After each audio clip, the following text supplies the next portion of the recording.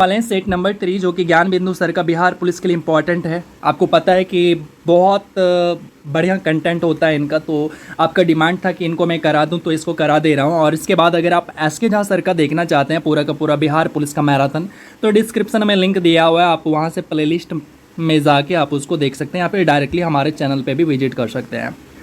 तो चलिए आज देखेंगे हम लोग सेट नंबर 3। इससे पहले हम लोगों ने सेट 1, 2 इसके अलावा भी बहुत सारे सेट हम लोगों ने कंप्लीट कर लिया है। टोटल 7 सेट करने वाले हैं, क्योंकि अब तक जो है टोटल 7 सेट ही अवेलेबल है। आपका बहुत सारे डिमांड होते हैं कि भैया खान सर का करा दो, मुझे किरण का करा दो। तो मैं आपसे एक रिक्वेस्ट करता हूँ कि अगर आपके पास PDF अवेलेबल है तो आप मुझे पहले ना PDF अवेलेबल करा दीजिए, क्योंकि मेरे पास अवेलेबल नहीं है, इसीलिए मैं कह रहा हूँ आपको। और मुझे आप अवेलेबल करा दीजिए, डिस्क्रिप्शन में कॉन्टैक्ट मिल जाएगा मेरा, आप वहाँ से कॉन्टैक्ट करके हमें क्या करिए, अवेलेबल करा दीजिए। फिर मैं सारे के सारे सेट आपको करा दूंगा, सारे के सारे PDF करा दूंगा, चाहे वो कोई सा भी हो, इट डजंट मैटर। आपको बेस्ट से बेस्ट तैयारी करना है, एक सीट कंफर्म करना है। और मैं आपको बता दूं कि जो मेरा मद्य निषेध का दौर था वो क्लियर हो चुका है। अब मेरिट का इंतज़ार कर रहे हैं, और आप लोगों का दुआ और कृपा रहा तो वो भी क्लियर हो जाएगा। तो चलिए आज की सेशन को देखते हैं, और शुरू से अंत तक आपको देखना है। और एक चीज़ और, अगर इसमें तो अब सेट में मैं आपको मैथ भी कराता हूं, और अगर आपको मैथ समझ में नहीं आता है तो आप हमें तुरंत कमेंट करके ज़रूर बताइएगा कि आपको कहाँ समझ में नहीं आता है, तो फिर मैं इसको अलग तरीके से देखूँगा। तो चलिए स्टार्ट करते हैं बिना कोई देरी किए हुए। और अगर आप नए हैं तो सब्सक्राइब कर लीजिए। बहुत कम बोलता हूँ लेकिन आज बोलना पड़ रहा है मुझे। और अगर आप पुराने हैं तो सब्सक्राइब, सपोर्ट, शेयर सब कुछ करिए। आप ही हमारे जोश हैं, जुनून हैं, आप हैं तो मैं हूँ। तो चलिए आज की सेशन को स्टार्ट करते हैं, मैराथन को स्टार्ट करते हैं। शुरू से अंत तक बने रहना है, और आप कितना स्कोर कर पा रहे हैं हमें ये भी कमेंट करिएगा, बिकॉज आपका स्कोर बहुत बड़ी मायने रखता है। मुझे ये तो पता चलेगा कि आपका लेकिन आपके सामने में कह रहे हैं कि निम्न में से किस ग्रंथ में चारों ओर आश्रम का उल्लेख मिलता है, तो कौन सा ग्रंथ है? तो यहाँ पे राइट आंसर हो जाएगा ऑप्शन नंबर सी। इसमें क्या है? तो जवालोपनिषद। ठीक है, तो ऑप्शन नंबर सी यहाँ पे राइट आंसर हो जाएगा। अच्छा, अगर यहाँ पे बात करूँ तो कितने प्रकार के जो हैं जीवन है, तो आपको पता है कि ब्रह्मचर्य होता है, वानप्रस्थ होता है, इसके अलावा गृहस्थ जीवन होता है, संन्यास जीवन होता है। ठीक है, तो गृहस्थ में क्या होता है? तो गृहस्थ में होता है जब आप नौकरी लेंगे ना, उसके बाद जो शादी विवाह होता है, पति पत्नी का जीवन, वो गृहस्थ कहलाता है। संन्यास क्या होता है तो समझ सकते हैं, और ब्रह्मचर्य क्या होता है इसको समझना बहुत इंपॉर्टेंट है। मतलब आजीवन आपने क्या कर लिया, आजीवन आपने संकल्प ले लिया कि मुझे शादी विवाह नहीं करना, इन सब चीज़ों से मुक्त रहना है, तो वो ब्रह्मचर्य हो गया। ठीक है, चलिए आगे चलते हैं। संन्यास हो गया आपका घर द्वार छोड़ के सब कुछ त्याग के मोह माया से परे। आगे चलते हैं, निम्नलिखित में से कौन सिकंदर के साथ आने वाले लेखकों में नहीं है? तो आप अगर देखेंगे ऑप्शन नंबर डी, तो यहाँ पे जो मेगास्थनीज है ना, ये सिकंदर के साथ नहीं आया था, ये मौर्य काल में चंद्रगुप्त मौर्य के शासन काल में आया था, जो कि सेल्यूकस निकेटर का राजदूत था। तो यहाँ पे आंसर की बात करूँ तो ऑप्शन नंबर डी हो जाएगा आपका राइट आंसर। अगला है महापुराणों की कुल संख्या कितनी है? तो महापुराणों की जो कुल संख्या है वो तो 18 है। ठीक है, उसके बाद आपने नाम भी सुना होगा, मत्स्य पुराण, गरुड़ पुराण, ये सब नाम सुना है ना आपने, तो वो पुराणों, ये वो क्या है, पुराणों के ही पार्ट हैं। अब अगर 108 की बात करें तो 108 क्या है? तो 108 है आपका उपनिषद की संख्या। 4 क्या है? तो वेदांगों की संख्या है। और 4 माफ करिएगा 6 क्या है? तो वेदांगों की संख्या। और 4 क्या है? तो ये वेदों की संख्या है। चलिए आगे देखते हैं, निम्न में से कौन कृषि विभाग से संबंधित है? तो कृषि विभाग से कौन सा संबंधित है? तो ये दीवान एक कोई जो है ना, ये कृषि विभाग से संबंधित है। आंसर तो हमारा ये बी हो गया। याद कैसे रखना है? का से कृषि, का से कोई। क्लियर हो गया? अच्छा, बाकी ऑप्शन की अगर बात करें, दीवान मुश्तक राज, मुश्तक राज जो है ये वित्त विभाग से संबंधित हैं। और उसके बाद ये दीवान अर्ज जो देख रहे हैं ये आपका सैन्य विभाग से संबंधित है। बंदगान जो है ये आपका दास विभाग से संबंधित है। अगला देखते हैं, निम्न में से किस शासक ने आंध्र भोज, अभिनव भोज, आंध्र पितामह की उपाधि धारण किया था? तो ये किया हुआ था कृष्णदेव राय ने। आपको कमेंट बॉक्स में कमेंट करना है कि जो कृष्णदेव राय हैं ये किस वंश से संबंधित हैं। चलिए मैं वेट करूंगा आपकी कमेंट का। कृष्णदेव राय किस वंश से संबंधित है? और एक क्वेश्चन यहाँ से आते हैं कि कृष्णदेव राय का एक पुस्तक है अमुक्तमाल्यदा, ये पुस्तक पूछे जाते हैं कि किसने लिखा है। तो कृष्णदेव राय की एक इम्पॉर्टेंट पुस्तक है अमुक्तमाल्यदा, याद रखिएगा। अगला क्वेश्चन देखते हैं, मुगलों से स्वतंत्र कर्नाटक राज्य की स्थापना किसने किया था? तो ये किया था आपका ऑप्शन नंबर डी, सादुतुल्ला खां। तो ऑप्शन नंबर कौन सा हो जाएगा? ऑप्शन नंबर डी यहाँ पे राइट आंसर हो जाएगा। अगला देखते हैं, तृतीय आंग्ल मैसूर युद्ध के समय गवर्नर जनरल कौन था? तो उस समय जो गवर्नर जनरल था वो था आपका कॉर्नवालिस। तो ऑप्शन नंबर बी यहाँ पे राइट हो जाएगा। निम्न में से किस विद्रोह से संबंध भारत जवाहरमल का था? यानी किस विद्रोह से संबंध जो है भगत जवाहरमल का था? तो यहाँ पे कौन सा? तो यह है आपका कूका आंदोलन। कूका आंदोलन किस राज्य में हुआ था? तो ये आंदोलन जो है पंजाब राज्य में होता है, जबकि एक आंदोलन और होता है, कन्फ्यूजन होगा आपको इसलिए बता दे रहा हूँ। एक होता है कुकी आंदोलन, कुकी विद्रोह, तो वो जो होता है वो मणिपुर के अंदर होता है, जबकि कूका आंदोलन आपका पंजाब के अंदर होता है। इसको ध्यान में रखना है। अगला 1857 की महान क्रांति का नेतृत्व इलाहाबाद से किसने किया था? तो इलाहाबाद से अगर मैं बात करूँ तो यहाँ तो लियाकत अली ने किया हुआ था, जबकि कानपुर से नाना साहब या कभी कभी ऑप्शन में आपको तात्या टोपे भी देखने को मिल जाता है। दिल्ली से बहादुर शाह जफर या उसी को क्या बोलते हैं बहादुर शाह द्वितीय भी बोलते हैं, जबकि बैरकपुर से मंगल पांडे के द्वारा किया गया, और पटना से आपके लिए इंपॉर्टेंट है, पटना से पीर अली के द्वारा, और जगदीशपुर से तो वीर कुंवर सिंह। तो चलिए अगला क्वेश्चन को देखते हैं। तो किसने कहा था कि कांग्रेस लड़खड़ा कर गिर रही है? भारत में रहते हुए मेरी इच्छा है कि उसे शांतिपूर्ण मरने में मदद कर सकूं। तो ये किसने कहा था? तो ये कहा हुआ था कर्जन ने। तो 10 का आंसर हो जाएगा ऑप्शन नंबर बी। चलिए आगे देखते हैं। बंगाल विभाजन के विरोध में स्वदेशी आंदोलन की घोषणा कब की जाती है? तो ये स्वदेशी आंदोलन की जो घोषणा की जाती है ये की जाती है 7 अगस्त 1905 को। तो 11 का आंसर यहाँ पे बी हो जाएगा। ठीक है, right answer. The last judgement and the fall of man, ये किन की कृति हैं? तो ये जो कृति है ना माइकल एंजेलो की हैं। तो ऑप्शन नंबर ए यहाँ पे राइट हो जाएगा। असत्य कथन को पहचानना है। इंग्लैंड में गौरवपूर्ण क्रांति 1688 ईस्वी में होती है, ये सही है। इसके बाद है सप्तवर्षीय युद्ध इंग्लैंड और फ्रांस के बीच में होता है, ये भी पूछा जाता है, इसको ध्यान में रखिएगा। तो ये भी सही है। उसके बाद है गुलाबों का युद्ध इंग्लैंड में होता है, तो ये भी सही है। एलिजाबेथ प्रथम का संबंध स्टुअर्ट वंश से था, नहीं ये गलत है, यानी असत्य हमारा यही है। अच्छा, संबंध है किस वंश से? तो ये इनका संबंध जो है ट्यूडर वंश से है। तो ऑप्शन नंबर आपका यहाँ पे जो गलत है वो ऑप्शन नंबर डी गलत है, तो ये हमारे लिए राइट आंसर हो जाएगा। अगला है सूर्य से दूरी के अनुसार ग्रहों का कौन सा क्रम सही है? तो देखिए सूर्य से जो दूरी के अनुसार ग्रह हैं वो कैसे हैं? तो पहला देखिए बुध हो गया, उसके बाद शुक्र हो गया, उसके बाद पृथ्वी हो गया, उसके बाद मंगल हो गया। तो देखिए 4 ऑप्शन दे रखा है, इस अकॉर्डिंग आप देख सकते हैं। तो याद कैसे रखना है? तो बु सु प्रीमंग ऐसे करके आप 2-4 बार बोलेंगे ना, आपको ध्यान में आ जाएगा, आपको कोई भी प्रॉब्लम नहीं होगा। ठीक है, तो पहला ही ऑप्शन हमारे यहाँ पे राइट हो जाता है, तो ऑप्शन नंबर ए सही हो जाएगा। इसके बाद कौन सा आता है? तो बुध हो गया, शुक्र हो गया, पृथ्वी हो गया, मंगल हो गया, उसके बाद बृहस्पति आता है, उसके बाद शनि आता है, उसके बाद यूरेनस आता है, उसके बाद वरुण आता है। ठीक है, तो इस क्रम को याद रखना है। उसके बाद असत्य का मिलान, असत्य को पहचानना है। असत्य कौन सा है? तो उत्तरी अमेरिका के अंदर माउंट मैकिनले है। ओजस डेल सलाडो कहाँ पे? दक्षिण अमेरिका में। कोइस्को कहाँ है? कोस्यूस्को कहाँ है? तो ये ऑस्ट्रेलिया में। किलिमंजारो जो है ना ये आपका अफ्रीका के अंदर है, ना कि यूरोप के अंदर। तो ऑप्शन डी गलत है। अगला है भारत का मानक समय रेखा। अच्छा, मानक समय रेखा क्या थी किसको है पता है आपको? 82.5 डिग्री ईस्ट को, 82.5 डिग्री पूर्व को क्या कहते हैं? इसको कहते हैं मानक समय रेखा। ठीक है, इसी की बात कर रहे हैं कि ये रेखा जो है कहाँ से होकर नहीं गुजरती है। तो ये जो है कहाँ से होकर नहीं गुजरती है? तो देखिए पहले आपको बता दूं ये गुजरती कहाँ से है। अगर मैं बात करूं इसका तो ये गुजरती है आपका उत्तर प्रदेश से यानी यूपी से, उसके बाद एमपी से यानी मध्य प्रदेश से, इसके बाद आपका छत्तीसगढ़ से हो जाएगा, इसके अलावा आपका उड़ीसा से हो जाएगा, और इसके अलावा जो है आंध्र प्रदेश से गुजरती है। तो आप देख लो ऐसा कौन सा ऑप्शन है। तो ये झारखंड से नहीं गुजरती है, बाकी सब जगह से गुजरती है। तो इसको ध्यान में रखना पड़ेगा, बिकॉज ये एग्जाम में आते हैं, बहुत बार पार्ट बने हुए एग्जाम का। इसके बाद है नेपाल के साथ में कौन सीमा नहीं बनाता है? तो नेपाल के साथ में ना ये असम सीमा नहीं बनाता। तो ऑप्शन नंबर सी राइट हो जाएगा। किस दर्रे से होकर ब्रह्मपुत्र नदी भारत में प्रवेश करती है? तो भारत के अंदर जो प्रवेश करती है ये करती है आपका यांग्याप दर्रा से। ठीक है, अगला है वृहद हिमालय को लघु हिमालय से कौन अलग करता है? तो ये करता है मैन सेंट्रल थ्रस्ट। तो ऑप्शन नंबर यहाँ पे बी क्या हो जाएगा? बिल्कुल राइट आंसर हो जाएगा। अलकनंदा और मंदाकिनी के संगम को किस नाम से जानते हैं? तो अलकनंदा और मंदाकिनी के संगम को रुद्रप्रयाग के नाम से जानते हैं। तो बाकी ऑप्शन को देखते हैं। तो यहाँ पे ऑप्शन आपका राइट हो गया ऑप्शन नंबर सी।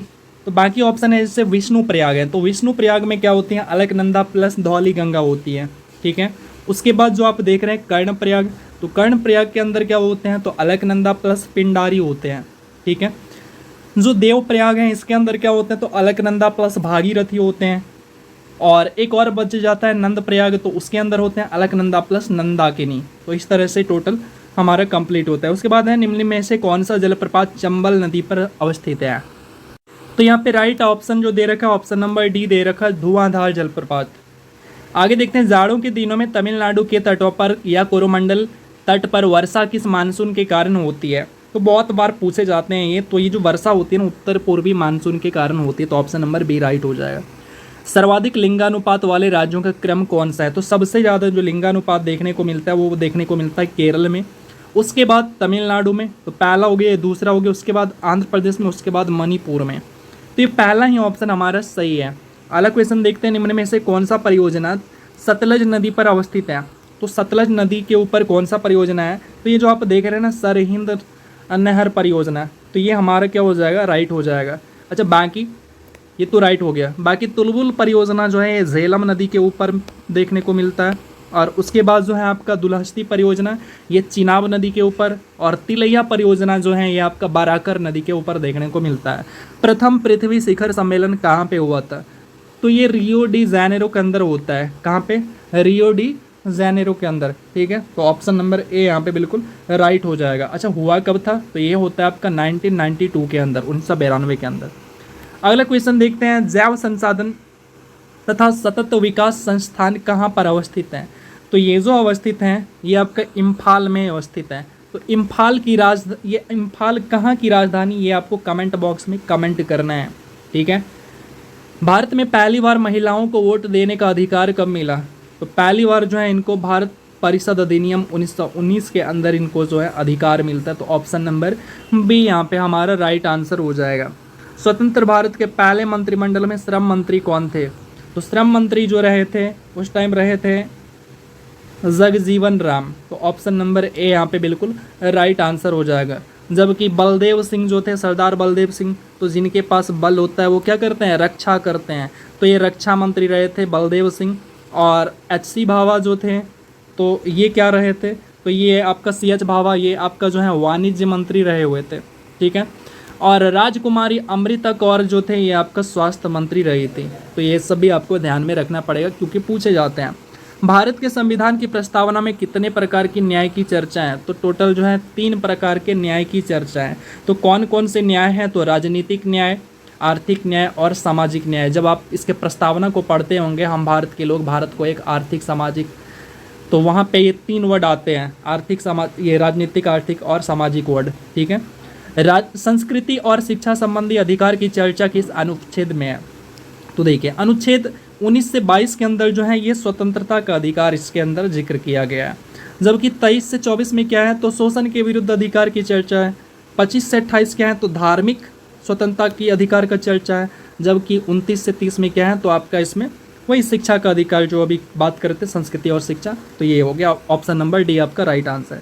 निम्न में से किस राज्य में विधान परिषद नहीं है। तो विधान परिषद वर्तमान में अभी 6 राज्यों में है।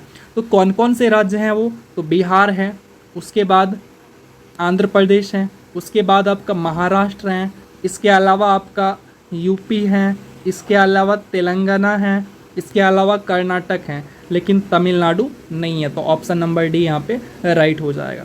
सर्वोच्च न्यायालय के न्यायाधीशों की नियुक्ति किस अनुच्छेद के तहत किया जाता है। तो ये किया जाता है आपका अनुच्छेद 124 के अकॉर्डिंग। तो 32 का ए यहाँ पे राइट आंसर हो जाएगा। ऐसे पहले प्रधानमंत्री कौन थे जो राज्यसभा के सदस्य थे, तो वो कौन थे, तो वो इंदिरा गांधी थी। अच्छा इंदिरा गांधी के बारे में एक रिकॉर्ड है, वो रिकॉर्ड कौन सा है आपको आप लोग बता सकते हैं क्या। तो चलिए थोड़ा सा ये ज़्यादा हो जाएगा तो मैं बता देता हूँ। वो रिकॉर्ड ये है कि इंदिरा गांधी जो है वो पहली भारतीय महिला हैं जो कि यानी प्रथम प्रधानमंत्री रही हैं, ठीक है, प्रथम महिला प्रधानमंत्री रही हैं। कौन, इंदिरा गांधी। ओके, आपको बताना है कि प्रथम राष्ट्रपति कौन रही है महिला में। अगला है कि संविधान संशोधन के तहत 8वीं अनुसूची में कोंकणी, मणिपुरी और नेपाली भाषा को जोड़ा गया। आपने नमक पढ़ा होगा, नमक के ट्रिक से पढ़ा होगा, नेपाली, मणिपुरी और कोंकणी। इसको जोड़ा जाता है 71वां संविधान संशोधन के अकॉर्डिंग जोड़ा जाता है 3 भाषाएं, ठीक है। आगे देखते हैं, इसके अलावा अगेन से 4 भाषा और जोड़ा जाता है। कौन सा? मैथिली, डोगरी, सिंधी और मराठी। ये 4 भाषाएं जोड़ी जाती हैं। अगला क्वेश्चन देखते हैं, निम्न में से किस समिति को प्राक्कलन समिति का जुड़वा बहन कहा जाता है? तो ये लोक लेखा समिति को कहा जाता है। अब इसकी अगर मैं बात करूं तो लोक लेखा समिति के अंदर जो है टोटल 22 सदस्य होते हैं। अब 22 में क्या होते हैं तो 15 + 7 होते हैं। 15 जो है लोकसभा के मेंबर और 7 जो हैं ये राज्यसभा के मेंबर होते हैं। अंतर्राज्यीय परिषद की बैठक एक साल में कितनी बार होती हैं? तो कितनी बार की जाती हैं? तो ये की जाती हैं टोटल 3 बार की जाती हैं। अगला है, एक पेटा में 10 की घात कितनी होती है? तो एक पेटा में 10 की घात जो है 15 होती हैं, ठीक है। तो इसको एक पेटा कहते हैं। और इसके अलावा आपके लिए जो इम्पोर्टेंट है वो होता है एक एंगस्ट्रम। इसको क्या पढ़ेंगे? A⁻0 नहीं, इसको पढ़ते हैं एक एंगस्ट्रम। इसका वैल्यू कितना होता है? तो 10⁻⁻10 मीटर। इसको ध्यान रखिएगा, आपके लिए इम्पॉर्टेंट है। संवेग का SI मात्रक क्या होता है? तो संवेग यानी P बराबर क्या होता है? तो M भी होता है। M क्या होता है? तो मास होता है। B आपका वेलोसिटी होता है। तो मास को लिखते हैं kg, वेलोसिटी को लिखते हैं मीटर/सेकेंड। तो देखिए ऐसा देखने को हमें ऑप्शन नंबर C में मिल रहा है, तो ऑप्शन नंबर C हमारा राइट आंसर हो जाएगा। अगला G का मान महत्तम कहाँ पे होता है, यानी सबसे ज़्यादा G का मान कहाँ पे होता है? तो ये जो G का मान होता है ना सबसे ज़्यादा, ये आपका ध्रुव के ऊपर होता है, जबकि ये जो विषुवत रेखा देख रहे हैं ना इस पे G का मान सबसे कम होता है। तो ऑप्शन नंबर A हमारा यहाँ पे बिल्कुल राइट आंसर हो जाएगा, ठीक है। बैरोमीटर की पाठ्यांक जब धीरे धीरे नीचे की ओर गिरता है तो मौसम की संभावना क्या होती है? तो बैरोमीटर का जो पाठ्यांक होता है अगर वो धीरे धीरे नीचे जा रहा है तो इसका मतलब है कि वहाँ पे वर्षा होने की संभावना है। लेकिन अगर वही बैरोमीटर का जो पाठ्यांक है अचानक से नीचे गिर जाए तो क्या होगा? तो वो शो करता है कि तूफान आने वाला है, आंधी आने वाला है, ठीक है। चलिए आगे देखते हैं, ध्वनि अपने किस गुण के कारण मार्ग में आने वाले अवरोध के किनारे मुड़कर आगे बढ़ता है? तो ये विवर्तन के कारण बढ़ता है। तो 41 का क्या हो जाएगा? ऑप्शन नंबर यहाँ पे B हमारा राइट आंसर हो जाएगा, ठीक है। प्रतिध्वनि क्या होता है? तो आपको पता है कि ध्वनि जो है किसी ठोस से जाकर टकरा के, परावर्तक से जाकर टकरा के हमें दोबारा से सुनने को मिलता है, तो वो आपका प्रतिध्वनि कहलाता है। और प्रतिध्वनि क्रिएट होने के लिए कम से कम कितना डिस्टेंस चाहिए? तो कम से कम जो है 17 मीटर का डिस्टेंस चाहिए, ठीक है। चलिए अगला क्वेश्चन देखते हैं, निम्न में से कौन सा यंत्र विद्युत परिपथ में विद्युत धारा की उपस्थिति को बताता है? तो ये कौन बताता है भाई? तो ये गैल्वेनोमीटर बताता है, ठीक है। जबकि वोल्ट मीटर क्या करता है? तो ये वोल्टेज को बताता है, ठीक है। और इसके अलावा जो आप ओम मीटर देख रहे हैं ये क्या करता है? तो ओम मीटर जो है इसके रेजिस्टेंस को बताता है, प्रतिरोध को बताता है। चलिए आगे चलते हैं। अच्छा एक और है आपका, आप सोच रहे होंगे आमीटर क्या करता है? तो आमीटर जो है विद्युत धारा को मापता है। आगे चलते हैं, निम्न में से किस दर्पण का प्रयोग साइड मिरर के रूप में करते हैं? तो साइड मिरर के रूप में जो है किसका उपयोग करते हैं? तो आपको पता है उत्तल दर्पण का करते हैं। जबकि हेडलाइट के रूप में और डॉक्टर लोग जो करते हैं, डेंटिस्ट लोग करते हैं, वो किसका? तो अवतल दर्पण का यूज़ करते हैं। इसको भी ध्यान में रखना है। अगला है, खनिज तेल या कच्चे तेल में से शुद्ध डीजल या पेट्रोल किस विधि के द्वारा अलग किया जाता है? तो ये किया जाता है आंशिक आसवन के द्वारा। ऑप्शन नंबर B यहाँ पे राइट हो जाएगा। ये सब क्वेश्चन आपका बिहार पुलिस के अंदर, मद्य निषेध के अंदर, फायरमैन के अंदर, दरोगा के अंदर, BPSC के अंदर कहीं ना कहीं सारे के पार्ट बने हुए हैं। सो आप इसको हल्के में मत लेना कि ये तो प्रीवियस है क्या आएगा, नहीं, ऐसा कुछ नहीं है, आएंगे। बहुत ज़्यादा वेटेज रहता है इसका। तो आगे देखिए, एवोगाड्रो संख्या किसे कहते हैं? तो एवोगाड्रो संख्या का वैल्यू पूछा है, तो एवोगाड्रो का संख्या का वैल्यू होता है 6.022 × 10⁻23। तो ऑप्शन नंबर यहाँ पे B राइट हो जाएगा। किस नियम के अनुसार स्थिर ताप पर गैस की नियत मात्रा का आयतन उसके दाब के व्युत्क्रमानुपाती होता है? तो ये किस नियम के अनुसार? तो ये तो होता है बाइल्स का नियम, ठीक है। लैंथेनाइट श्रेणी में परमाणु संख्या कहाँ से कहाँ तक होता है? तो ये होता है आपका 57 से 71। एक होता है लैंथेनाइट सीरीज, एक होता है आपका एक्टिनाइट सीरीज, दोनों को ध्यान में रखना है। तो लैंथेनाइट तो मैंने बता दिया, एक्टिनाइट आपको कमेंट में कमेंट करना है। अगला क्वेश्चन है कि धोवन सोडा की रासायनिक सूत्र क्या है? तो धोवन सोडा का जो रासायनिक सूत्र है वो हो जाएगा आपका Na2CO3 10H2O, यानी sodium carbonate decahydrate, sodium carbonate decahydrate, ठीक है। पत्तियों का रंग पीला किस वर्णी लवक के कारण होता है? तो पत्तियों का पीला रंग होने के कारण क्या होता है? तो कैरोटीन होता है। ऑप्शन नंबर बी यहाँ पे राइट हो जाएगा। जबकि ये जो लाइकोपिन देख रहे हैं ना, टमाटर का लाल रंग जो होता है इसके कारण होता है। इसके बाद जो ये विटामिन देख रहे हैं तो ये बीट रूट के अंदर पाया जाता है। तो आगे चलते हैं, गंजापन रोग किस कवक के कारण होता है? तो गंजापन रोग जो होता है टीनिया कैपिटिस के कारण होता है। तो ऑप्शन नंबर बी यहाँ पे राइट हो जाएगा। पेड़ की छालों पर उगने वाले लाइकन को क्या कहा जाता है? तो उसके छाल जो होते हैं वहाँ पे होते हैं कोर्टिकोलस होते हैं, उससे कोर्टिकोलस बोलते हैं। जीन के कार्य की इकाई को क्या कहते हैं? तो जीन के कार्य की इकाई को सिस्ट्रॉन बोलते हैं। तो ऑप्शन नंबर ए राइट हो जाएगा। पुष्प का कौन सा भाग पुरुष जननांग है? तो पुरुष जननांग कौन सा है? तो ये जो जायांग देख रहे हैं ना, तो ये जायांग जो होते हैं ये पुरुष वाले होते हैं। तो एक मिनट, जायांग जो होते हैं ये मादा होते हैं, जबकि पुमंग होते हैं ये आपका पुरुष होता है। ठीक है, पा से पुरुष, पा से पुमंग। तो पा जहाँ पे आपको दिखेगा ना वो पुरुष हो जाएगा। तो पुमंग हो गया, पुंकेसर हो गया, ये सारे के सारे क्या होते हैं? पुरुष पार्ट होते हैं। आगे पौधे के किस हार्मोन को फूल खिलाने वाला हार्मोन कहा जाता है? तो ये फ्लोरीजेंस होता है। जबकि एब्सिसिक एसिड जो देख रहे हैं इसको वृद्धि रोधक कहते हैं। एथिलीन जो होता है इसको फल पकाने वाला हार्मोन कहते हैं। आगे देखते हैं, निम्न में से कौन सा मेटाथीरिया का उदाहरण है? तो मेटाथीरिया का जो उदाहरण है ये कंगारू हैं। तो ऑप्शन नंबर सी यहाँ पे राइट आंसर हो जाएगा। अगला क्वेश्चन देखते हैं, मनुष्य में कुल कितने कृंतक दांत पाए जाते हैं? आपको पता है कि मनुष्य के अंदर जो है कुल 4 प्रकार के दांत पाए जाते हैं। कौन कौन सा? तो इंसाइजर, केनाइन, मोलर, प्रीमोलर होते हैं। हिंदी में बोलते हैं रदनक, कृंतक, चवर्णक, अग्र चवर्णक होते हैं। तो ये कृंतक की बात किया है, तो कृंतक जो होते हैं वो होते हैं टोटल 8। तो ऑप्शन में है ही नहीं। तो वैसे में आपको दांत का एक फार्मूला होता है। तो आप सोचेंगे भैया दांत का भी फार्मूला होता है? हाँ भाई, दांत का भी फार्मूला होता है। वो होता है 2 1 2 3, ये फार्मूला होता है। ठीक है, ये पूरा का पूरा एक सेट होता है दांत का। जैसे आपका ऊपर का दांत, नीचे का दांत, तो ऊपर में हाफ हाफ कर दीजिए, तो हाफ जो एक पार्ट बचा, हाफ में से एक पार्ट, तो वो हो गया आपका एक सेट। यानी इस तरह से टोटल 4 सेट होते हैं। तो देखिए ये जो 2 देख रहे हैं ना, ये आपका कृंतक है। तो हाफ में यानी हाफ का हाफ, ऊपर वाला जबड़ा और नीचे वाला जबड़ा, ऊपर वाला जबड़ा को आधा कर दीजिए तो ये पूरा का पूरा एक सेट मिल जाएगा। यानी 2 3, यानी 2 1 2 3। ठीक है, इसका मतलब हो गया कि ऊपर में टोटल 4 दांत, नीचे में भी टोटल 4 दांत, तो 4 4 8 दांत हो जाते हैं कृंतक के। कृंतक जो कि काटने के काम आता है। ठीक है, इसको ध्यान में रखिएगा। आगे चलते हैं, हिपैरिन नामक प्रोटीन का उत्पादन शरीर के किस अंग में होता है? तो इसका उत्पादन जो होता है ये होता है आपका यकृत के अंदर, यानी लीवर के अंदर। अच्छा, हिपैरिन करता है क्या है पता है आपको?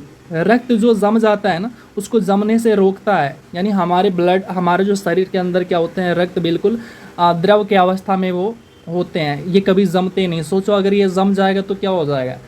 आदमी जो है राम नाम सत्य हो जाएगा, अगर ब्लड जम गया तो इसी कारण क्या होता है, हिपैरिन जो होता है, हिपैरिन प्रोटीन, वो जो है रक्त को जमने नहीं देता है।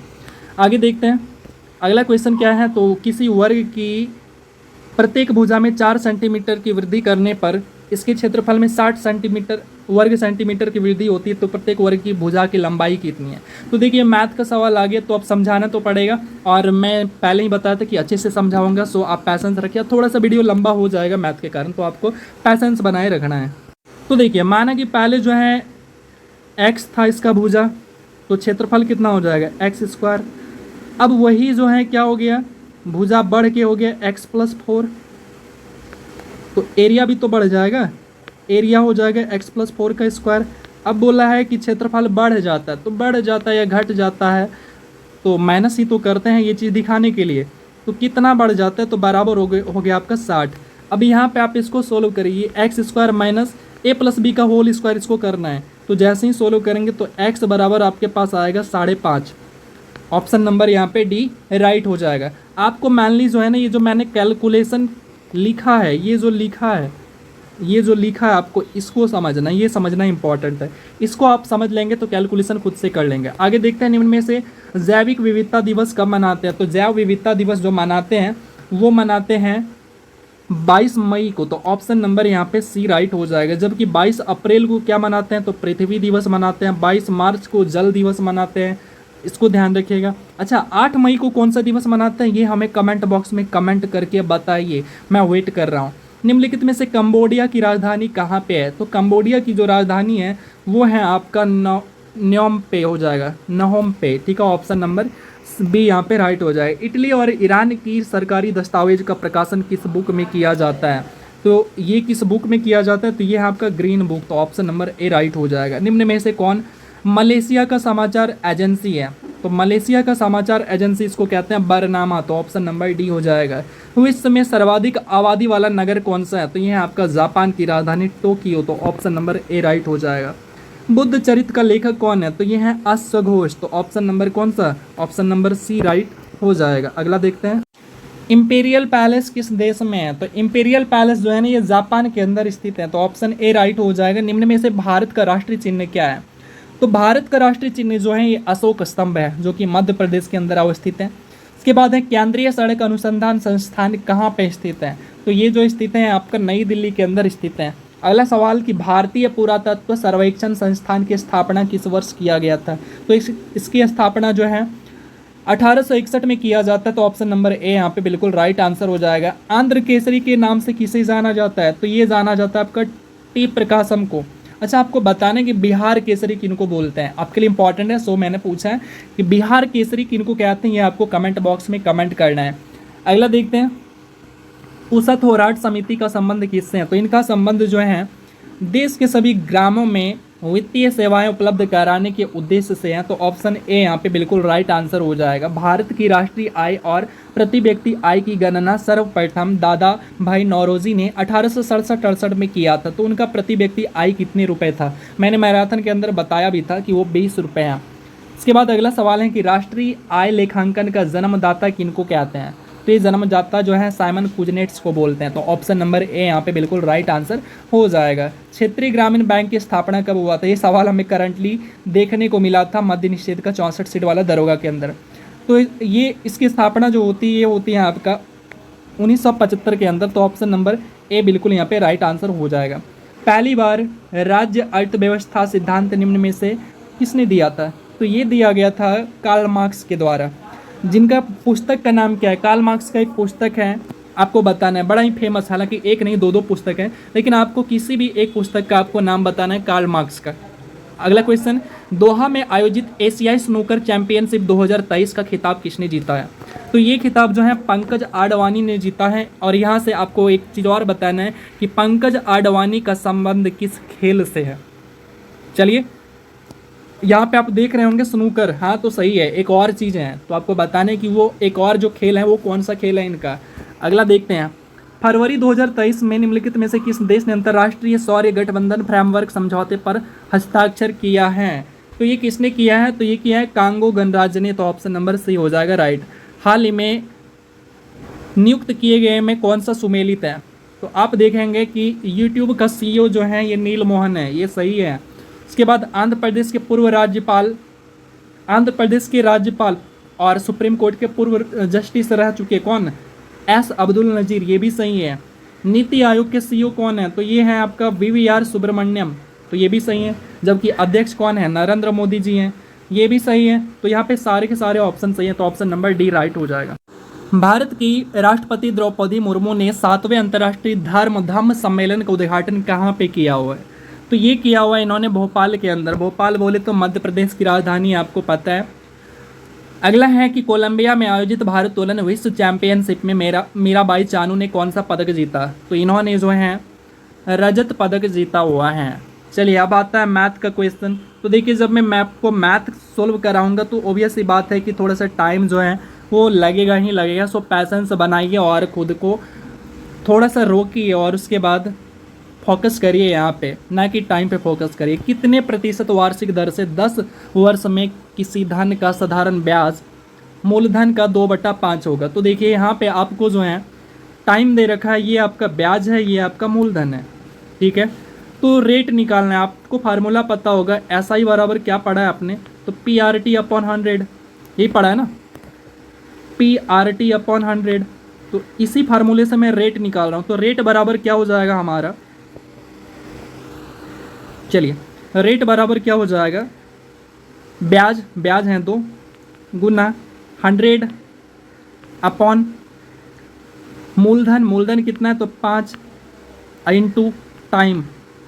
अब इसको सोल्व करिए, जैसे ही सोल्व करेंगे तो आपका जो आंसर है वो आपके सामने 4% आके रेडी हो जाएगा। तो ऑप्शन नंबर ए हमारा यहाँ पे बिल्कुल राइट आंसर हो जाएगा।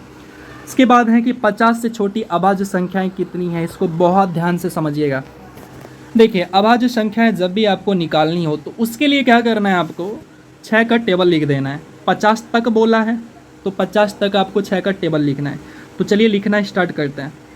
6, 6 दूनी 12, 6 तिया 18। चलिए मैं सादा पेज लेता हूँ ताकि मैं आपको समझा सकूँ। तो देखिए अभाज्य संख्या निकालने के लिए मैंने क्या किया, तो यहाँ पे मैंने लिख लिया 6 का टेबल और 50 तक के अंदर लिख लिया, तो 48 तक इसका टेबल मैंने लिख लिया। कैसे निकालना है वो मैं सिखा रहा हूँ, अभाज्य संख्या। तो अब क्या करना है आपको, अब जो है इससे एक कम करना है और इससे एक ज़्यादा करना है और उसको लिखते जाना है। एक कम करके और एक ज़्यादा करके लिखना है। तो एक कम करके जैसे लिखूँगा तो 5, 11, 17। चलिए मैं लिख लेता हूँ। तो देखिए अब क्या करना है, मैंने लिख दिया। पहले क्या किया, 6 का पूरा ये टेबल मैंने लिखा।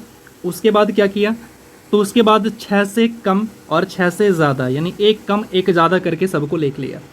अब क्या करना है आपको, जितना भी 5 और 7 से कटता है उसको काट के हटा दीजिए, यानी वो नंबर को ही हटा देना है। जो 5 से कट जाए और जो 7 से कट जाए उस नंबर को हटा देना है। ठीक है, तो इसको रहने देना है, 5 और 7 को इसको रहने देना है। ठीक है, इसको नहीं हटाना है, बाकी सबको हटा देना है, इसके गुणज को हटाना है। ठीक है, तो देखिए इस लाइन में, इस वाले लाइन में मैं देख रहा हूँ तो 5, 7 से कटने वाला कौन है, तो पहला है 35। इस नंबर को हटा देना है, नहीं लेना है। इसके अलावा कोई कट रह गया, अभी तो नहीं कट रहा है। अब दूसरे वाले ग्रीन लाइन में देखिए, यानी इस वाले लाइन की मैं बात कर रहा हूँ, तो इस वाले लाइन में देखिए तो पहला तो 25 कट रहा है 5 से और उसके बाद 49 कट रहा है 7 से। इसके अलावा कोई कट रह गया, नहीं कट रहा है। ठीक है, तो अब जितने भी ग्रीन वाले नंबर बच गए ना, वो आपका क्या है, अभाज्य संख्याएं हैं। तो गिनती करिए कितने बच गए, 1, 2, 3, 4, 5, 6, 7, 8, 9, 10, 11, 12, 13। टोटल यहाँ पे हो गए 13। तो क्या हमारा आंसर हो गया, नहीं हुआ है। आपसे क्वेश्चन में कहा गया था कि 1 से 50 तक में, तो हमने तो यहाँ पे 5 से 50 तक में देखा है। तो 1 से 5 तक में तो पहले देख लो। तो 1 से 5 तक में 1, 2, 3, ये 4 होते हैं और 5 को मैंने ले चुका है। तो इसमें जो अभाज्य संख्या होते हैं 2 होते हैं, 3 होते हैं, तो 2 संख्या यहाँ भी हो गए। तो 13 + 2 करिए तो टोटल कितने हो गए, 15 संख्याएँ हो गए हमारे पास राइट आंसर। ठीक है, अच्छा ये जो तरीका मैंने बताया ना, ये आपके लिए क्या हो गया, तो ये आपके लिए एक तरीका हो गया अभाज्य संख्याओं को निकालने का। इसको ध्यान में रखिएगा, इसी तरह से आपको निकालना है। 100 तक भी कहेगा तो ऐसा ही निकालना है आपको। चलिए क्वेश्चन पे चलते हैं। तो ऑप्शन नंबर बी हमारे यहाँ पे बिल्कुल राइट आंसर हो जाएगा। अगला क्वेश्चन कह रहा है कि एक व्यक्ति अपना टाइपराइटर 5% की हानि पर बेचता है। यदि वह उसे 80 रुपये अधिक में बेचता तो उसे 5% का लाभ होता है। तो ये 5 और 5 को जोड़ दीजिए तो हो गया 80 रुपये। 80 नहीं माफ़ करेगा, ये हो गया 10%। ठीक है, इसी 10% का वैल्यू आपको ये 80 दे रखा है। तो ये जो 80 है, पेन का कलर चेंज कर लेता हूँ। तो ये जो 80 है ना, ये 80 आपका 10% के बराबर है। तो आपसे क्रय मूल्य पूछा है, तो क्रय मूल्य हमेशा 100% लिखते हैं। तो इसको सोल्व करिए तो आपका जो है 800 रुपये यहाँ पे राइट आंसर हो जाएगा। अगला क्वेश्चन है कि किसी समय एक खंबे की परछाई की लंबाई, तो चलिए इसके लिए मैं आपको फिगर बना देता हूँ। तो मान लीजिए ये एक खंबा है जिसकी ये हाइट है, ये रहा, और ये ज़मीन से, उसके बाद ये इधर ज़मीन से सटा हुआ है। चलिए पढ़ता हूँ। किसी समय खंबे की परछाई, तो ये परछाई है कि लंबाई, उसके लंबाई का √3 गुना है। तो उस समय सूर्य का उन्नयन कोण कितना है, तो उन्नयन कोण इसको बोलते हैं, किसको बोलते हैं, ये रहा, इसको बोलते हैं उन्नयन कोण। तो इसका वैल्यू बताना है। तो देखिए यहाँ पे क्या करेंगे, हम tan थीटा लगाएंगे। tan थीटा क्यों लगाएंगे, तो इस एंगल के सामने, इसके सामने जो है ये वाला हाइट है, यानी खंबा का हाइट है। तो खंबा का हाइट बराबर क्या हो जाता है, P/B। तो P हमारे सामने दे रखा है, दे नहीं रखा है, निकालना है। अच्छा निकालना भी नहीं है, हमें वैल्यू करना है। तो क्या करेंगे, इसको हम 1 मान लेंगे, ये 1 मान लेंगे। ये 1 है तो ये √3 है। तो tan थीटा बराबर P/B। P हमारा 1 हो गया और B हमारा √3 दे रखा है। तो tan थीटा का वैल्यू कब हमें 1/√3 देता है, जब ये 30 डिग्री होता है। तो ऑप्शन नंबर ए यहाँ पे राइट आंसर हो जाएगा। अगला क्वेश्चन कह रहा है कि 624 रुपये को ABC के बीच में इस प्रकार से बांटना है कि इसका अनुपात हो जाता है, दे रखे यहाँ पे अनुपात दे रखा है, ये अनुपात हो जाता है। तो सी का भाग कितना है? तो सबसे पहले आपको क्या करना पड़ेगा, ये जो बटा में ना, इस बटा को ख़त्म करना पड़ेगा। ये बटा होगा कैसे ख़त्म? तो बटा ऐसे ख़त्म होगा, इसको 12 से मल्टीप्लाई कर लीजिए, यानी एलसीएम लेके मल्टीप्लाई कर दीजिए। तो जैसे ही मल्टीप्लाई करेंगे तो अनुपात, एक नया अनुपात आ जाएगा। वो अनुपात कितना हो जाएगा? तो वो अनुपात हो जाएगा, यानी 12 से मल्टीप्लाई करूँगा तो ये अनुपात हो जाएगा 6:4:3। ठीक है। टोटल रुपए कितना है? तो टोटल रुपए 624 है, लिख दीजिए यहाँ पे 624। मेरे अकॉर्डिंग कितना है? तो 6 4 10 3 13 है। ठीक है। हमें किसका भाग निकालना है? सी का भाग निकालना है। तो सी का रेशियो कितना है? 3 है। तो अब इसको सोल्व कर लीजिए। जैसे ही सोल्व करेंगे तो आपके सामने क्या आ जाएगा? 144 रुपये आ जाएगा। ऑप्शन नंबर डी यहाँ पे राइट आंसर हो जाएगा। मैन इसको समझना है, और समझ लिए तो आपसे बन जाएगा। अगला क्वेश्चन देखिए। अब इस टाइप के सवाल अगर बिहार पुलिस में पूछ लिए जाएंगे तो ऑब्वियस सी बात है कि 90% बच्चे छोड़ के आएंगे। पर मैं आपको सिखा रहा हूँ, सीखने का प्रयास करिए। आप टाइम को मत देखिएगा कि 40 मिनट तक आपने एक 100 क्वेश्चन को कराने में किया, उसको मत देखिए। 1000 रुपये को 3 वर्ष का चक्रवृद्धि ब्याज कितना होगा? जबकि ब्याज की दर जो है पहले वर्ष 4%, दूसरे वर्ष 5% और तीसरे वर्ष जो है 6% लगता हो। तो देखिए कैसे बनाएंगे। इसके लिए फार्मूला भी होगा, लेकिन मुझे नहीं पता, पर मैं आपको बता रहा हूँ जो तरीका उसको समझिए। देखिए पहले वर्ष जो है 4% लगता है। 4% का मतलब क्या होता है? तो 1/25, यानी P बराबर मूलधन हो गया और A बराबर। देखिए पहला सवाल, यानी सवाल में जो पहला रेट दे रखा है वो दे रखा है आपका 4%। तो 4% को कहते हैं कितना? तो 1/25 कहते हैं। यानी 25 आपका मूलधन था और 1 रुपये का ब्याज मिलता है, तो दोनों मिलके मिश्रधन बन गया। तो मिश्रधन कितना हो गया? 26 हो गया। तो वही चीज़ मैंने यहाँ पे लिखा है। तो 25 से कितना बन जाता है? 26 बन जाता है। दूसरा जो रेट है आपका वो कितना है? तो वो है आपका 5%। 5% को कहते हैं 1/20। तो 1/20 जो है, यानी 20 तो हमारा मूलधन है और 1 रुपये का ब्याज मिलता है, तो वो 21 रुपये हो जाता है टोटल। इसके बाद इसी तरह से है आपका तीसरा 6%। तो 6% को कहते हैं 6/100। तो उसको शॉर्ट किए तो 50, यानी 3/50, यानी 3/50 जो है उसमें से 50 आपका मूलधन है और 3 रुपये का ब्याज मिलता है, तो टोटल हो गया 53। उसी चीज़ को मैंने यहाँ पे लिखा है। अब क्या करना है? अगर ये आपस में कट होता है, ये आपस में अगर कट होता है तो कट कर दीजिए, अदरवाइज मल्टीप्लाई करके नीचे लिखना है। तो देखिए कट हो रहा है, कहाँ पे हो रहा है? तो इसको 2 से कट करिए, इसको भी 2 से कट करिए, तो ये 13 हो जाएगा और यहाँ पे जो है ये 25 हो जाएगा। अब बाकी को मल्टीप्लाई कर दीजिए, यानी इसको ऐसे मल्टीप्लाई करना है, इसको ऐसे मल्टीप्लाई करना है। तो जैसे ही मल्टीप्लाई करेंगे तो यहाँ पे हमारे पास जो है ये 12,500 आ जाएगा, जो कि क्या है? मूलधन का वैल्यू है। और इधर जो है आपका 14,469 आ जाएगा, जो कि आपका मिश्रधन का वैल्यू है। अब आप हमें ये बताओ कि अगर मैं मिश्रधन में मूलधन को माइनस कर दूँ तो क्या मिलेगा? तो फिर हमें ब्याज मिलेगा। तो उसी चीज़ का वैल्यू निकालना है हमें। तो अब चलिए हम आते हैं सवाल पे। सवाल कहता है, जो हमारा बुक है, बुक में जो क्वेश्चन दे रखा है वो कह रहा है कि मूलधन जो है हमारा वो टोटल जो है 1,000 नहीं 10,000 रुपये है मूलधन। ठीक है, लेकिन मेरे अकॉर्डिंग तो ये 12,500 निकल रहा है। ठीक है, ये 12,500 हो गया। अब हमें ब्याज निकालना है, तो इन दोनों को जब आप माइनस करेंगे तो वो ब्याज कहलाएगा। तो माइनस कर दीजिए, तो माइनस करेंगे तो आएगा आपका 1900, वो आएगा आपका 1969। तो इसी को सॉल्व करिएगा तो आपका क्या निकल के आएगा? आपका आंसर निकल आएगा, जो कि कितना हो जाएगा? 1575, यानी 1575.20 रुपये। ठीक है, ये हमारा राइट आंसर हो जाएगा। उम्मीद करते हैं समझ आया होगा। अगला सवाल है, कह रहा है कि एक संख्या अपने 20% से 40 अधिक है, तो वो संख्या कौन सा है? तो बिल्कुल ईजिली इसको बना सकते हैं। तो करेंगे क्या यहाँ पे? तो एक संख्या माना कि वो x है अपने 20% से, तो x का 20% कितना हो जाएगा? 20% को कहते हैं 1/5। 1/5 मतलब x/5। ठीक है, कितना अधिक है? तो 40 अधिक है। अधिक है या कम है उसको माइनस से दिखाते हैं, इसीलिए बीच में माइनस दिए हैं। अब इसको सोल्व कर लीजिए तो आपका आंसर आ जाएगा। तो यहाँ पे x बराबर आपका 50 आ जाएगा, बिल्कुल राइट आंसर। अगला क्वेश्चन देखते हैं यहाँ पे क्या रहा है। इसको सोल्व करना तो कोई बड़ी काम है नहीं। तो यहाँ पे कह रहा है कि x साइन स्क्वायर 60 डिग्री, तो साइन स्क्वायर 60 डिग्री, चलिए इसका वैल्यू रख देता हूँ, आपको सॉल्व करना है खुद से। ठीक है, तो x इंटू पेन का कलर चेंज कर लेता हूँ,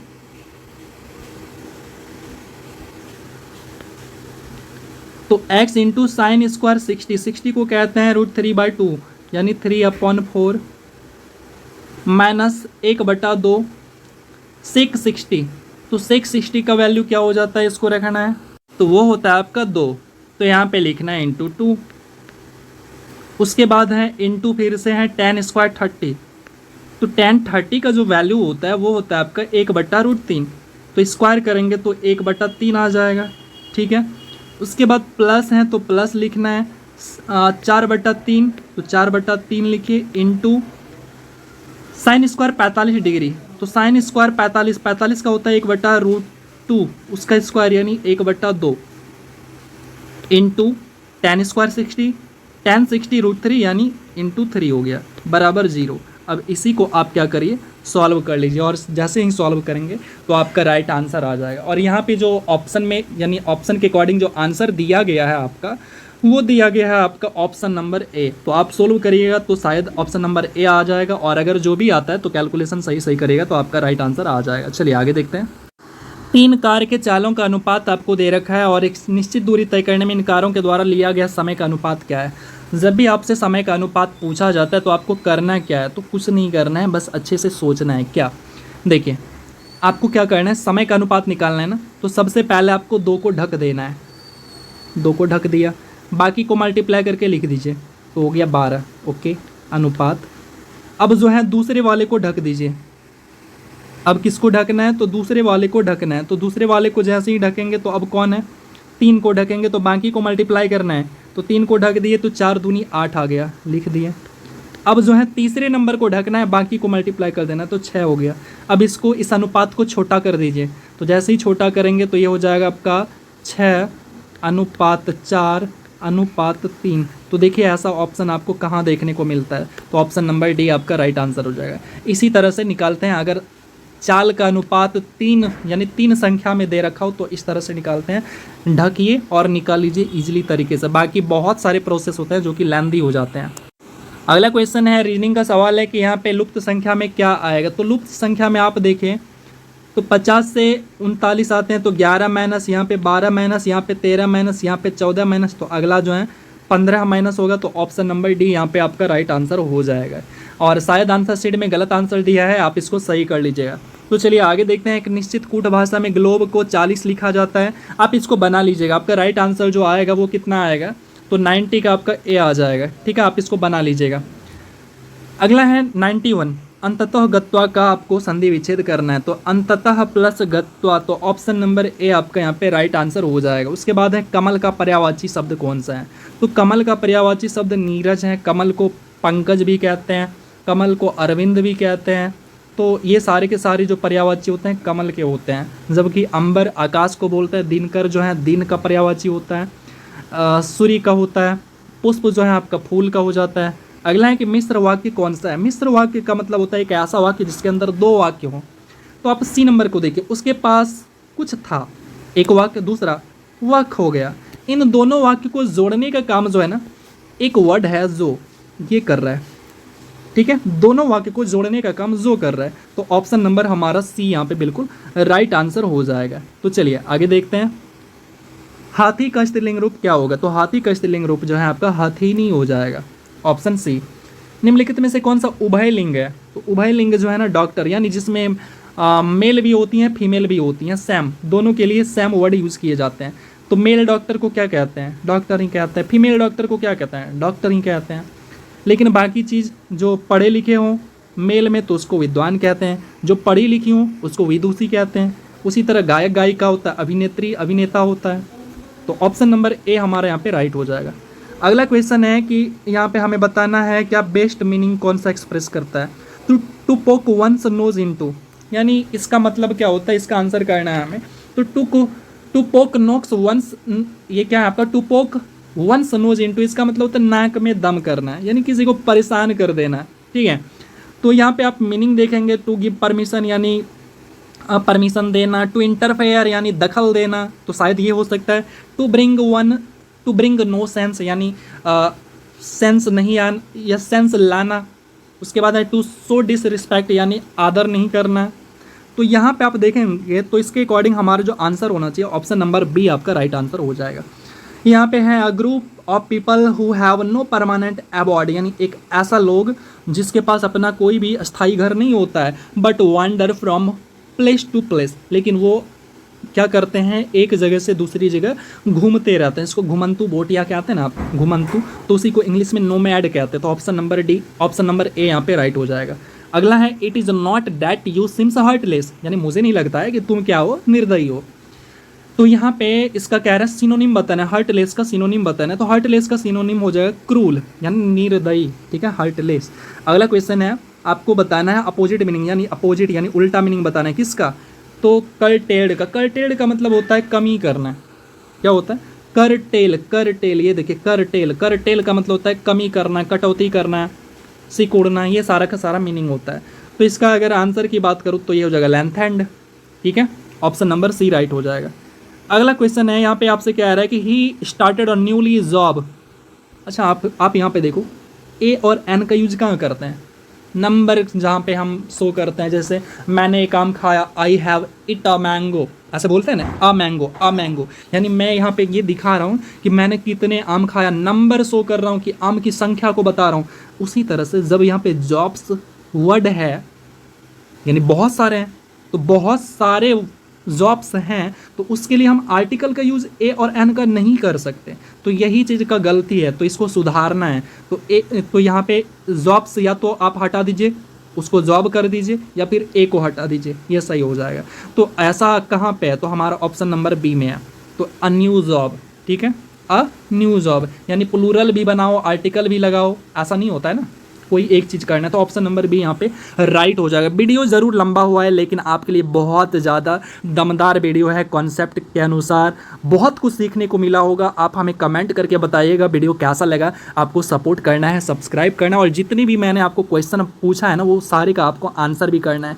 देखिए वीडियो लंबा इसलिए हुआ क्योंकि मैंने आपको मैथ को एक एक करके समझाया है, बताया है, इसलिए वीडियो लंबा हुआ है। पर पैसेंस रखना है, वीडियो थोड़ा लंबा ही हो गया तो कोई बात नहीं, आपको सीखना है उससे। तो चलिए मिलते हैं फिर अगले वीडियो में। मैं बहुत ही एक दमदार मैराथन लेके आने वाला हूँ, सेट के अलावा आपके लिए लेकर आने वाला हूँ। अगर आपके पास कोई सा सेट हो या फिर PDF हो तो आप हमें प्रोवाइड ज़रूर करा दीजिएगा। तो चलिए मिलते हैं अगले वीडियो में, तब तक के लिए लव यू ऑल।